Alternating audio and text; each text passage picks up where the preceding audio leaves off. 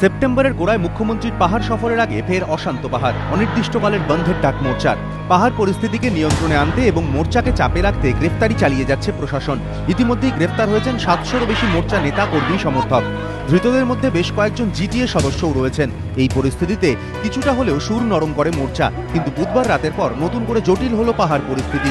বুধবার রাতে সিকিম বাংলা সীমান্ত রংপুর থেকে গ্রেফতার করা হয় মোর্চার কেন্দ্রীয় কমিটির সদস্য বিনয় তামাংকে। সেই সঙ্গে গ্রেফতার করা হয় আরও 4 মোর্চা নেতাকে। পুলিশের দাবি, পুরনো মামলায় তাঁদের গ্রেফতার করা হয়েছে। এদিন ধৃতদের 14 দিনের জেল হেফাজতের নির্দেশ দেয় আদালত। কিন্তু এই গ্রেফতারির পরই অন্যদিকে মোড় নেয় পাহাড় পরিস্থিতি। গ্রেফতারির প্রতিবাদে ফের পাহাড়ে অনির্দিষ্টকালের বন্ধের ডাক দিল মোর্চা। সিংমারির একটি জনসভা থেকে এই ঘোষণা করেন মোর্চা সভাপতি বিমল গুরুং। जब तक हम लोग का सभासद का रिहाई नहीं हुआ तब तक हम लोग का जारी रहेगा, ये स्ट्राइक जारी रहेगा। और हम बंगाल सरकार का साथ हम लोग बात नहीं करेंगे। सेंट्रल गवर्नमेंट इंटरफेयर करना पड़ेगा इसमें।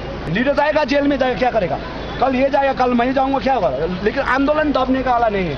आंदोलन सशक्त होके आगे जाएगा। পাহাড়ে নতুন করে তৈরি হওয়া অচলাবস্থার জন্য রাজ্য সরকারকেই দায়ী করলেন মোর্চা নেতা হরকা বাহাদুর ছেত্রী। এটাকে আমরা সোজা একটা পলিটিক্যাল প্রবলেমকে অ্যাডমিনিস্ট্রেটিভ প্রবলেম তে তবদিল করার চেষ্টা হচ্ছে সরকার পক্ষ থেকে, যেটা সরকারের জন্য কিন্তু ভালো হবে না।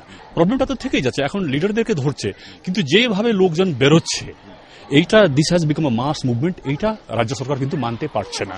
এটা মেনে পলিটিক্যাল ডায়ালগে যাওয়াটা ভালো হবে নাকি এরকম ধরপকড় করা।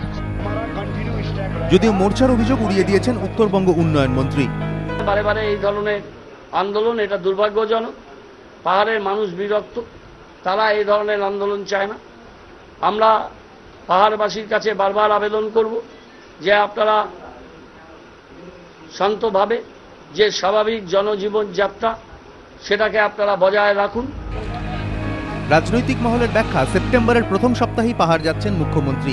তার আগে মোর্চার আন্দোলনকে আরও কোণঠাসা করতে মরিয়া রাজ্য সরকার। আর সেই জন্যই বিনয় তামাংয়ের মতো মোর্চার শীর্ষ নেতাকে গ্রেফতার করল পুলিশ। অন্যদিকে এই অবস্থায় তাদের আন্দোলন যাতে কোনোভাবে ব্যাকফুটে না চলে যায়, সেই জন্যই ফের বন্ধ ডেকে পাল্টা রাজ্যকে চাপে রাখার কৌশল নিল গোর্খা জনমুক্তি মোর্চা। সনদ ঝা ও বিতনু চট্টোপাধ্যায়, এবিপি আনন্দ।